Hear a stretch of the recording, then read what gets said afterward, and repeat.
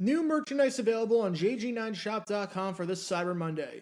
We have Dumb Decisions merch. We have Ugly with a capital U merch. We have We Need Some Context merch. And we have some new merch with a JG9 logo on it. Go to jg9shop.com and use the promo code CYBER to get 10% off your order from now until the end of the month. That's jg9shop.com, promo code CYBER. And now, on with our feature presentation. Does anybody want to win the NFC South? Seriously. Does anybody want to win this godforsaken division and take that automatic playoff spot and host a game? I genuinely don't know at this point. Whereas every single team in the NFC East has a winning record, literally every single team in the NFC South has a losing record and is sitting ugly below 500. You've got the New Orleans Saints, who sit at 4-8, look completely anemic on offense, and just got shut out at the hands of the San Francisco 49ers because Andy Dalton has the pocket presence of a statue, and because the Saints continually shot themselves in the foot every time they drew close.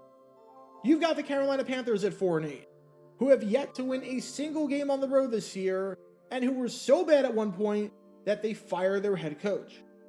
You've got the Atlanta Falcons at 5-7, who have lost 3 of their last 4, and have found quite a few interesting ways to lose a football game. So I guess that leaves the Tampa Bay Buccaneers by default at 5-6. If I told you the Bucs would be leading the division heading into December, you wouldn't bat an eye.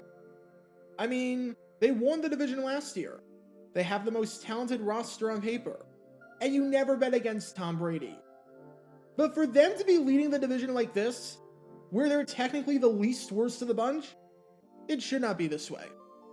And there are many reasons for the Bucs' struggles this year, but a lot of them can be traced back to this man right here, Todd Bowles, who has been nothing short of awful in his second stint as a head coach. And if there's any one play and one sequence that exhibits just how bad of a leader Bowles has been for this Bucs team, it's during the end of this game against the Cleveland Browns, where his incompetence and cluelessness might have single-handedly cost his team the game. For those who aren't watching this in the immediate aftermath of the game, here's a brief recap of how we got to this point. It's November 27th, 2022. It's week 12 of the NFL season, and we have a big interconference battle on our hands over in Cleveland, between the Cleveland Browns and the Tampa Bay Buccaneers. I've laid out the stakes for Tampa and the fact that they're leading the division and could get to above 500 with a win. So let's just jump ahead to the fourth quarter. We're following 2 touchdown passes by Tom Brady. The Bucs are holding on to a 17-10 lead.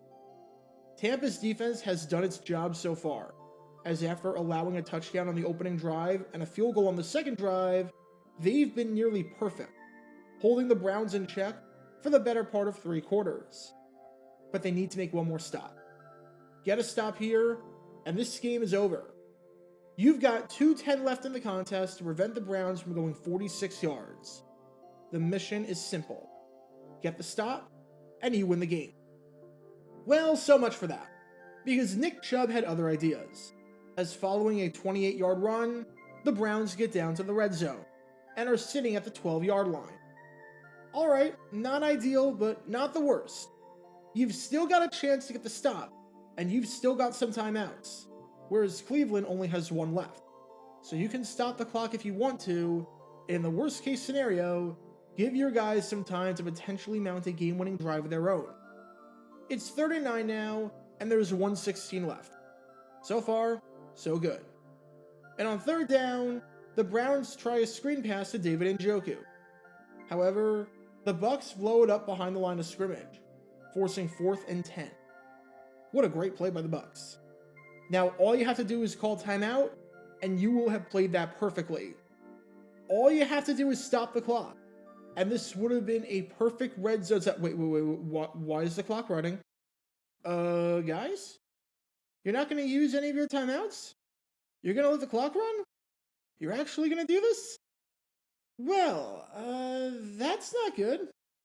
Now, instead of there being 1:12 left on the clock to possibly drive down the field and win it if the Browns convert on this play right here, there's less than 40 seconds.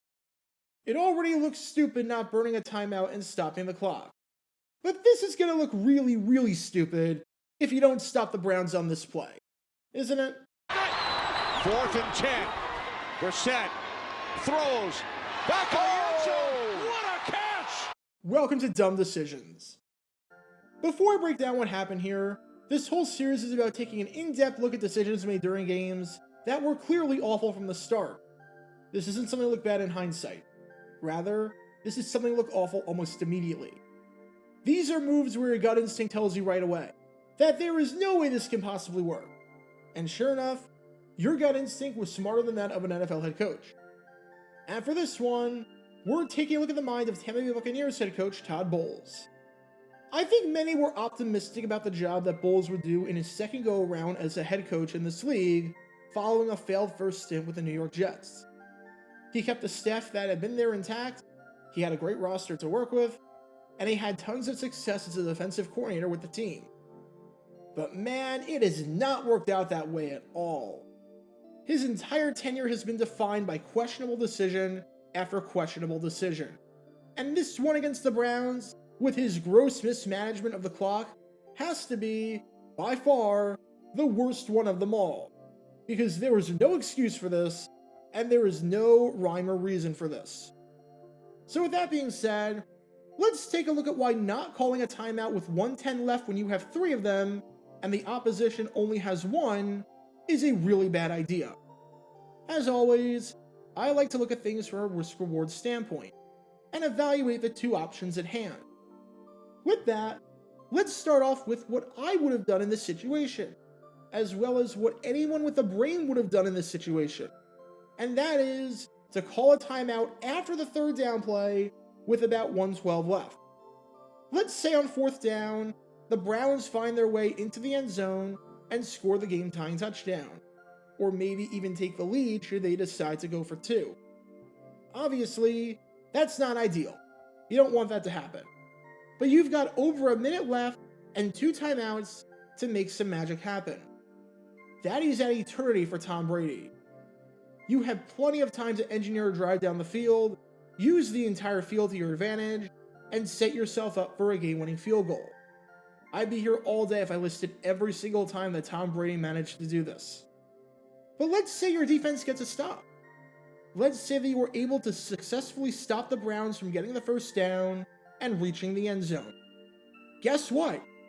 Even if you call the timeout with 1:12 left, you still win the game.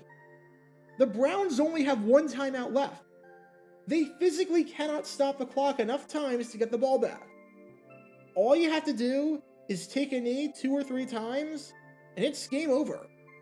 In other words, there is literally no risk and no downside whatsoever to calling a timeout here after this 3rd and 9 play.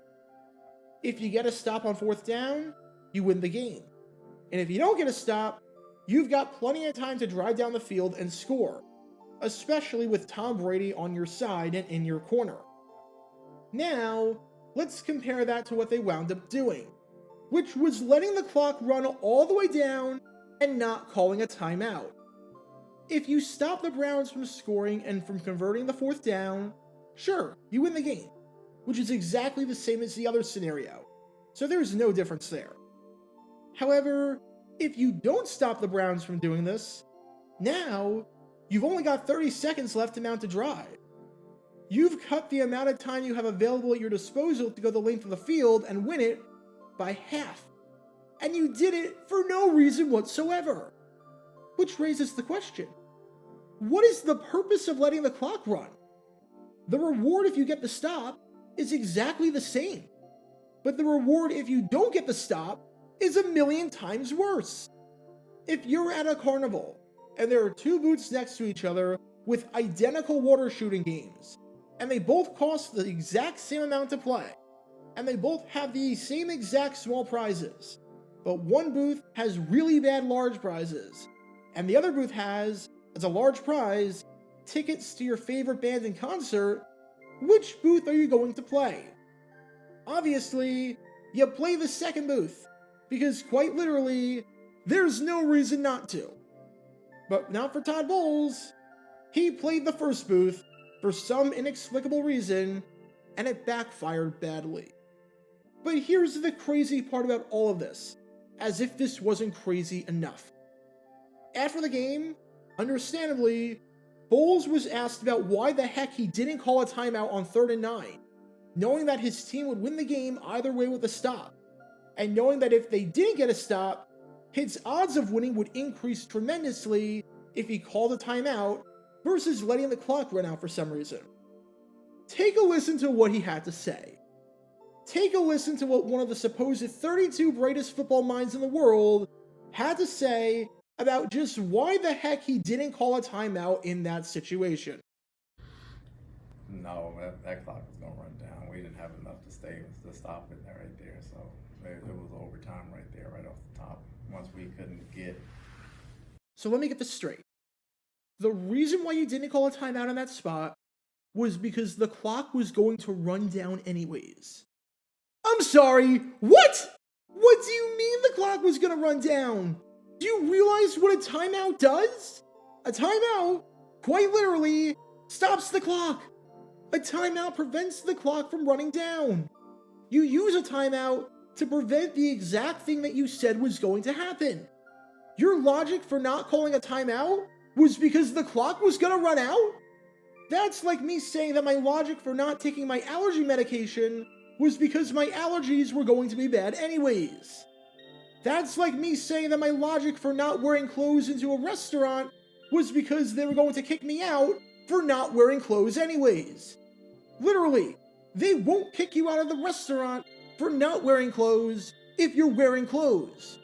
Your allergies won't be as bad if you take your allergy medication. And the clock will stop if you call a timeout. That is the entire purpose of a timeout. Let's be honest. There was nothing that Bowles could have said in that spot that would have made any sense whatsoever to justify his logic for letting the clock run down. But of all the things he could have said, this one has to be the worst. I've heard a lot of dumb justifications for things, but saying that you didn't burn a timeout because the clock would have run, even though that is quite literally what a timeout prevents from happening, is up there with one of the dumbest justifications I have ever heard. Oh, and that time would have come in handy for sure at the very end, seeing as Brady had to resort to throwing a Hail Mary since he couldn't get down into field goal range in enough time. Great call, Coach Bowles. How this team went from Bruce Arians to this is crazy. Some men are great defensive coordinators, but have no business being a head coach.